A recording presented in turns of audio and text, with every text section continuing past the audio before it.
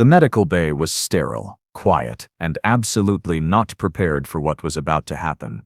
But then again, neither was I. Let me back up. My name is Velris, junior xenobiologist aboard the Infinite Meridian, a coalition research vessel tasked with cataloging the physiology of newly integrated species. Sounds important, right? Well, it mostly involved taking samples, running scans, and trying not to offend anyone by accidentally poking their equivalent of a kidney when you thought you were just checking their bicep. Standard stuff. Boring, even. Then the humans showed up. Now, I'd heard the rumors, who hadn't? Stories filtering through the coalition networks about these pink squishy primates from a backwater world called Earth, who'd somehow managed to not only survive their own death world, but thrive on it. They ate poison for fun, kept predators as pets, and apparently thought that falling from great heights while strapped to fabric was recreational. The galaxy had collectively decided humans were either the bravest species alive or the dumbest. Personally, I was leaning toward the latter. Until I met Kiera Okonkwo. She walked into my medbay on a Tuesday, or what passed for Tuesday in standard galactic time, and I swear the temperature dropped 3 degrees. Not because she was cold or unfriendly. No, it was something else. Something in the way she moved, like every step was calculated, every glance measured. She was tall for a human, I'd later learn, with deep brown skin that seemed to absorb the harsh medical lighting, and eyes that, well, eyes that had seen things I couldn't even imagine. "You Velris?" she asked, her voice carrying that peculiar human accent that always sounded vaguely musical to true translator implant. "I am," I replied, trying to sound professional despite the fact that my secondary stomachs had decided now was a great time to start churning. "You're here for the standard integration physical?" She nodded, already removing her jacket. That's when I saw it. Her left arm, from shoulder to wrist, was covered in a network of scars.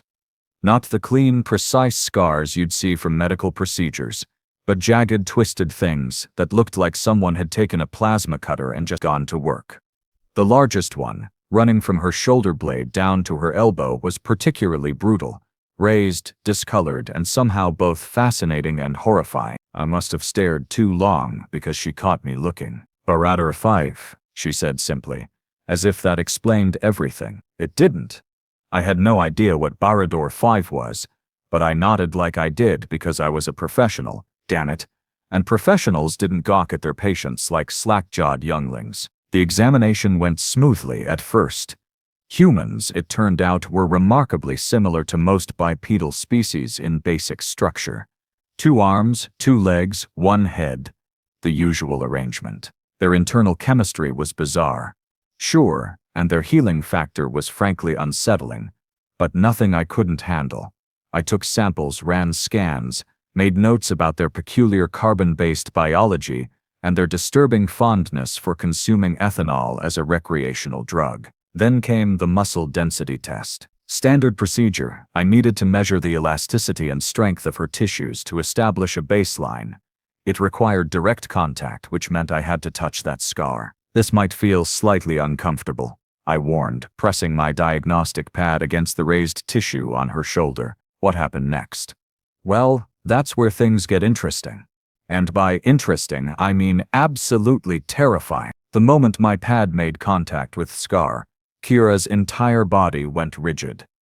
Not tense, rigid, like someone had replaced her muscles with titanium cables and pulled them all taut at once. Her eyes, which had been calmly watching me work, suddenly focused with an intensity that made my survival instincts scream at me to run, hide, find the nearest airlock and just leave. But here's the thing about humans that I didn't know yet. Their scars aren't just physical, they're memories, carved into flesh. "Kiera," I said softly, because even my 3-chambered heart knew something was very wrong. She didn't respond. Her breathing had changed, slower, deeper, more controlled. Her right hand, which had been resting casually on the examination table, had curled into a fist so tight I could hear her knuckles popping. And her ancestors preserve me. Her eyes had gone somewhere else entirely. Somewhere dark, somewhere violent, somewhere I never wanted to go. I pulled my hand back, slowly, carefully, the way you'd move around a sleeping predator. That's when she spoke, and her voice was different, hollow, distant, like it was coming from the bottom of a very deep well. There were 17 of them, she said. Kresh raiders, armed with plasma cutters and fusion charges. They thought an isolated research station would be easy prey. Soft scientists, minimal security, valuable data to steal or ransom. She laughed, but there was no humor in it, just edges sharp enough to cut. They were right about the soft scientists' part. Wrong about everything else. I should have called for help. I should have triggered the medical emergency protocol. I should have done a lot of things. Instead, I stood there, frozen, as this human woman recounted a memory that her body had kept locked in scar tissue. I was head of security. She continued, still not really looking at me, still somewhere else entirely. Former Earth Defense Force. Took the station job because I thought I was done with violence. Thought I could just be normal, protect people with policies and safety drills instead of guns and grenades. Another laugh, sharper this time. The universe had other ideas. Her hand moved to the scar on her arm, tracing the path of the old wound with fingers that didn't quite shake. They came in through the cargo bay, cut the power, sealed the exits. Standard Raider playbook. Control the space. Control the people. They had hostages in the main lab within minutes.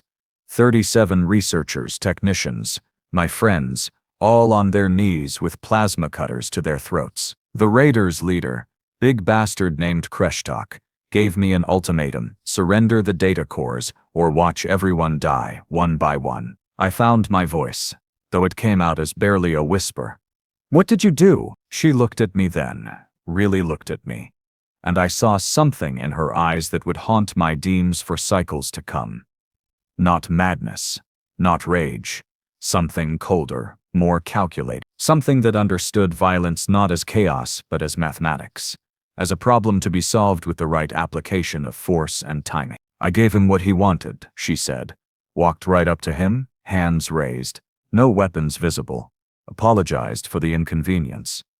Asked if he wanted the cores delivered or if he'd prefer to take them himself. She smiled, and it was the smile of a predator who just spotted prey wandering into its territory. He was so focused on my hands, on watching for weapons, that he never thought to check my boots. Oh, military-grade plasma knife, she explained, almost conversationally. 3-inch blade, hot enough to cut through hull plating. Takes 0.7 seconds to deploy and ignite. The human reaction time, when properly trained, is about 0.15 seconds. The Kresh reaction time is 0.4 seconds. I'd studied their physiology, you see. Done my homework. When you're the only thing standing between civilians and violence, you learn to stack every advantage you can find. My translator was struggling to keep up with the technical terms, but the meaning was clear enough. She'd turned herself into a weapon, calculated every variable, and then, Kreshtok was dead before his bodyguards understood what was happening. Kiera said, her voice dropping lower, taking on a rhythm that sounded almost like she was reciting an after-action report. Plasma knife through the thoracic cavity, severed his primary heart and both lung analogs. He made this sound, not a scream, more like surprise, like he couldn't quite believe a soft little human had just killed him. She paused, and in that pause I heard the weight of what came next. The other raiders reacted. They were professionals. I'll give them that. Plasma fire from 3 directions, all aimed at me. That's where this lovely souvenir came from. She gestured at the scar on her arm. Their weapons ran hot.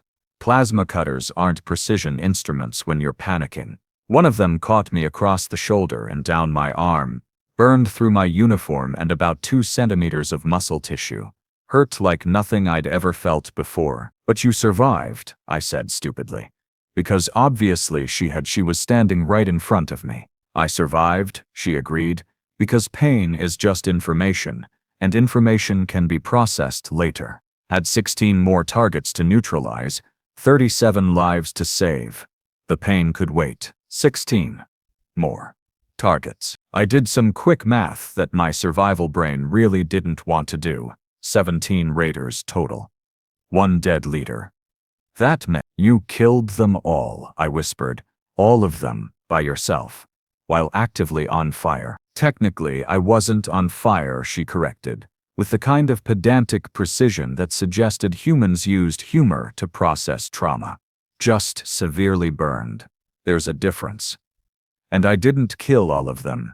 3 surrendered after I'd eliminated their squad mates. They saw which way the wind was blowing and made the smart choice. The smart choice was surrendering to a single human who just carved through 14 armed raiders while her own flesh was cooking. What kind of species did that? What kind of evolution produced creatures who could compartmentalize pain so thoroughly that they became more dangerous when injured? The station medics kept me in a regeneration tank for 3 weeks. Kiera continued, her voice returning to something closer to normal, though I noticed her hand was still touching that scar. They said I should have lost the arm, said the plasma damage went too deep. Cooked too much tissue, but human regeneration is stubborn. We don't heal pretty, but we heal determined. The scar formed because the damaged tissue rebuilt itself wrong. But it rebuilt nonetheless. She finally pulled her hand away from the scar and looked at me with eyes that were back in the present, more or less. So, yeah, she said, almost apologetically. That's Barador fun. That's why I get a little tense when people touch the scar. It's not just tissue damage, it's 17 different kinds of trauma wrapped up in keratin and collagen. The body remembers even when the mind tries to forget. I realized I'd been holding my breath and forced myself to inhale. My hands were shaking, all 4 of them, and I was suddenly very aware that I was alone in a sealed medical bay with a creature who'd just casually described turning herself into a one-woman massacre. I should note this in your file, I managed to say, trying to sound professional and probably failing spectacularly. Psychological trauma associated with physical scarring. Recommend avoiding tactile examination of affected areas without explicit verbal consent and psychological support present. Kiera smiled, and this time it was genuine, warm, even kind. You're sweet, Velris. Most people just call us humans crazy and move on. You're not crazy, I said, surprising myself with the certainty in my voice. You're terrifying, but you're not crazy. She laughed at that, a real laugh this time, bright and clear and entirely at odds with the darkness she'd just shared. Welcome to humanity, she said. We're all terrifying. We just hide it better than most. That should have been the end of it. Should have been a weird medical anecdote I'd share at the next xenobiology conference. Maybe get a few laughs, move on with my life. But you know how the galaxy works. Nothing ever stays simple, especially when humans are involved. Because 3 days later, the Infinite Meridian was boarded by pirates. And I was about to learn that Kiera Okonkwo's story. That was just the prologue. The alarm klaxons started screaming at 0300 hours, which is universally recognized across all species as the worst possible time for anything bad to happen. I was in my quarters, deep in the kind of sleep where you're drooling on your bunk and dreaming about. Actually, I don't remember what I was dreaming about because the sudden shriek of the emergency alert system obliterated all higher brain functions and replaced them with pure distilled panic. All personnel, this is Captain Threx. Our Voltani commander's voice crackled through the ship's comm system, and I could hear the strain in his translator feed. We are being boarded by hostile forces. Security teams to defensive positions. All non-combat personnel proceed to emergency shelters immediately. This is not a drill. Not a drill. Not a drill. Right. Because drills happen at reasonable hours and don't make your primary heart try to escape through your throat. I stumbled out of my quarters, still wearing my sleep membrane, which for the record is not dignified attire for a potential hostage situation, and joined the stream of panicking crew members rushing toward the nearest shelter point. The Infinite Meridian was a research vessel, not a warship. Our idea of defensive positions was basically hoping the attackers got bored and left. We made it about 30 meters down the corridor before the lights cut out. Backup power kicked in after 3 seconds, 3 very long seconds where I had time to contemplate every poor life choice that had led me to this moment. and the emergency lighting bathed everything in that sickly red glow that screamed, "You're probably going to die now. Move, move, move," someone shouted. I think it was Praxis, one of the engineering techs, and we picked up speed, slipping and stumbling over each other like a school of fish fleeing a predator. That's when I heard the cutting torches. The sound was unmistakable if you'd ever worked near a maintenance bay. High-pitched, angry, the metallic scream of hull plating being violated. They were coming through the cargo bay, same as the Kresh raiders had done at Barador. Standard operating procedure for pirates. Hit the weak points. Control the space. Take what you want. We rounded a corner and slammed face first into a security checkpoint. 4 guards in light armor, armed with stunners and looking about as confident as I felt, which is to say not at all. "Shelter's at the end of this corridor," one of them said. Melos, I recognized him from the cafeteria, where he always ate alone and read those awful romance novels about forbidden love between incompatible species. "Get inside, seal the door. Wait for all clear." "What about you?" someone asked, because apparently we had time for stupid questions during an active boarding. "We're security," Melos said, checking his stunner's charge pack with hands that only shook a little.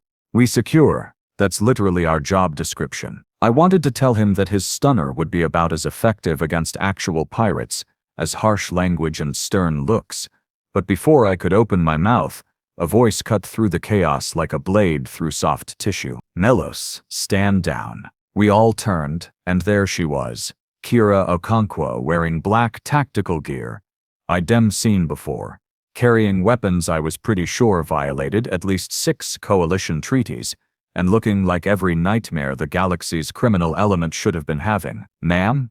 Melos said, confused. "I thought you were off duty." "I'm never off duty," Kiera interrupted, her voice carrying that same cold calculation I'd heard in the medical bay.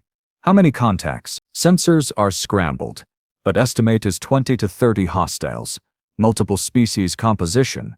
Cutting through cargo bay bulkhead now," one of the other guards reported, pulling up a tactical display on his wrist console. "Heavy weapons signatures, military-grade armor. These aren't opportunistic raiders. This is a professional crew." Kiera studied the display for maybe 2 seconds, and I watched her face do something I'd only seen once before. It went distant, like she was running calculations in a part of her brain the rest of us didn't have access to. "They'll breach in 4 minutes," she said. "Spread through cargo bay, secure the immediate area, then push toward engineering to take the reactor. Standard ship-taking playbook. They'll expect token resistance from security, minimal casualties on their end, quick acquisition of high-value research data." She smiled, and I felt my secondary stomachs clench. "They're not expecting me." "With respect, Commander Okonkwo," Melos said, and I gave him credit for having the spine to say it. "You're one person. They have 30. 37, actually," Kiera corrected, still watching the tactical display. "I count at least 7 more signatures holding position near their boarding craft, and you're right, I am one person, but I'm also extremely motivated, exceptionally well-trained," and she checked her weapons with practiced efficiency. Still really annoyed about Barador, she turned to face the assembled crew, and her expression softened just slightly. "Get to the shelter," she said. "Seal the doors. Don't open them for anyone except me or Captain Threx. If you hear fighting, don't investigate. If you hear screaming, definitely don't investigate. Stay put, stay quiet, stay alive. Clear." We nodded like bobblehead toys, too terrified to do anything else. Kiera looked at Melos and the other security guards.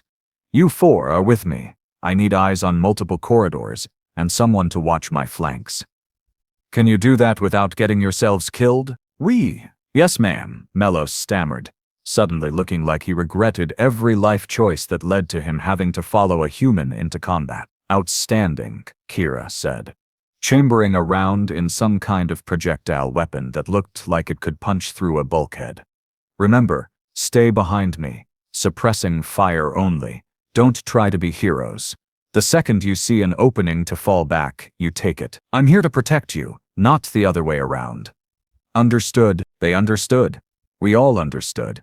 We were watching a predator preparing to hunt, and it was both magnificent and absolutely horrifying. The last thing I saw before the shelter door sealed was Kiera moving toward the cargo bay with fluid, purposeful grace, her weapons ready, her face set in an expression of grim determination. She looked like death walking, like some ancient human war deity given flesh and pointed at the galaxy's stupid criminals. Inside the shelter, we waited and listened. The first sounds of combat reached us about 6 minutes later. Muffled gunfire, shouting in multiple languages, the distinct crack of some kind of explosive. Then more gunfire, closer now, and screaming. So much screaming. Is she? Someone started to ask. But the question died because none of us wanted to finish it. The fighting seemed to move through the ship like a storm, sometimes distant, sometimes terrifyingly close.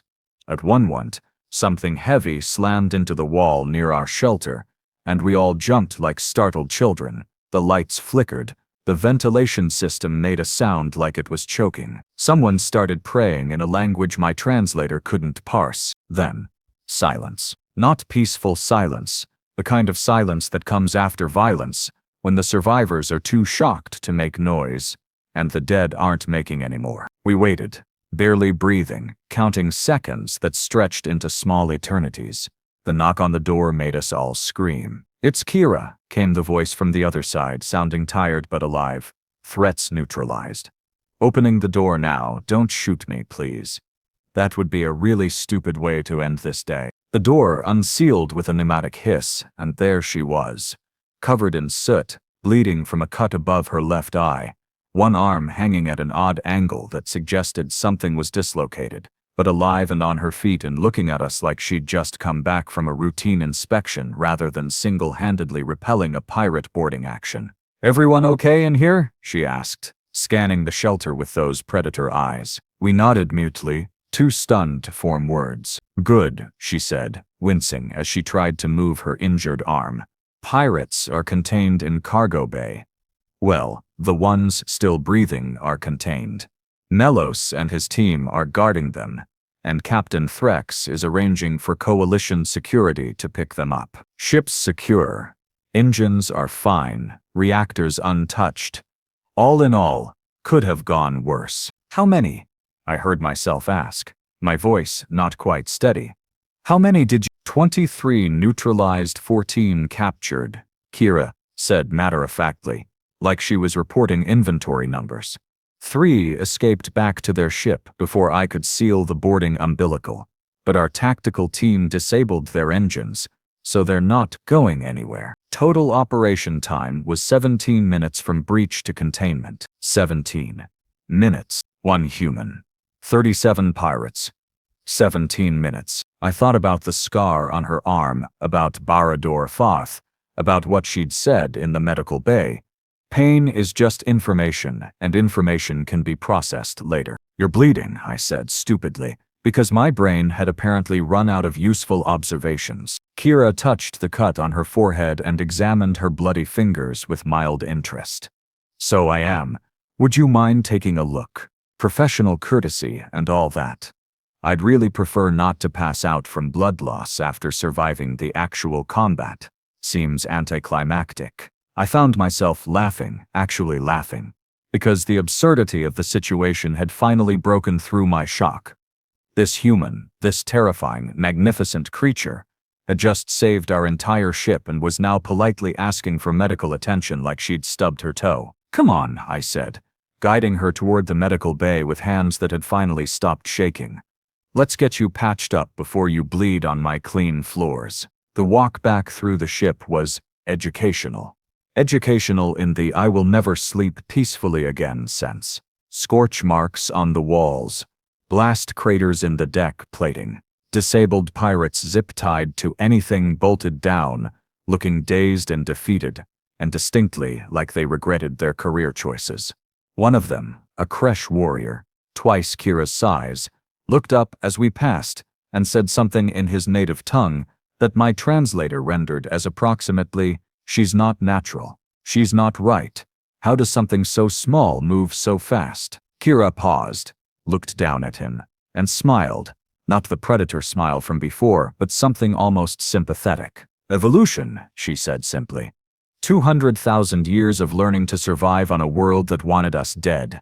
We got good at it. In the medical bay, I cleaned her wounds, reset her dislocated shoulder, which involved her biting down on a rolled-up towel and making a sound that would haunt my dreams, and scanned for internal damage. Miraculously, she was mostly intact, bruised, battered, but structurally sound. "You know what the really messed up part is?"